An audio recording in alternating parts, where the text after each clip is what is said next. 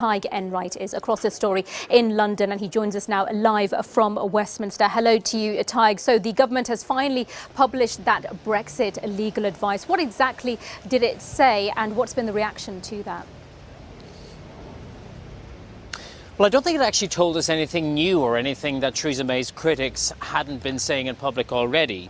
What it does do is set out in black and white, in legal advice from the government's own lawyer, to the government, the fact that this transition arrangement which Theresa May is proposing between London and Brussels is really not as temporary as she would like us all to believe. That there is a risk that it could become bogged down in the kind of intractable rounds of negotiations that we've already seen over the past few years. Only this time it, of course, wouldn't be time limited. The clock of Article 50 would not be ticking in the way that it is now. And all the while, Britain is not able to forge the kind of trade deals with other trading blocs in other countries around the world that Brexiteers want. Like I say, it's really not a surprise. It's not likely to change anyone's opinions, but what it does do is demonstrate an awareness in the inner circles of government that the very criticisms that are being levelled against Theresa May's deal are very much a reality.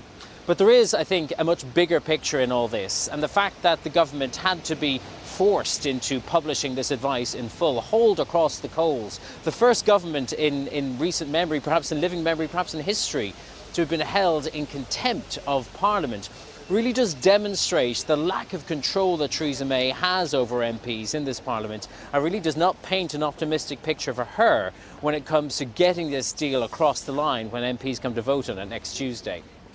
And those parliamentary debates are now underway. What have been the biggest takeaways so far? I think the biggest takeaway overall is the entrenchment of positions. As you were mentioning earlier, right now the debate is about security and safety. The Home Secretary is warning that a no-deal Brexit could endanger the British public. Tomorrow it will be about the economy. But there are no new opinions being aired, even though the political temperature certainly is rising.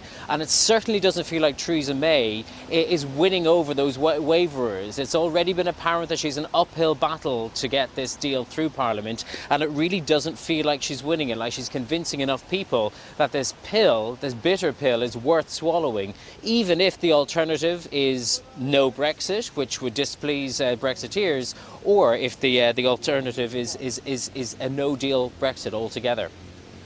OK, Tadhg Enright there in Westminster for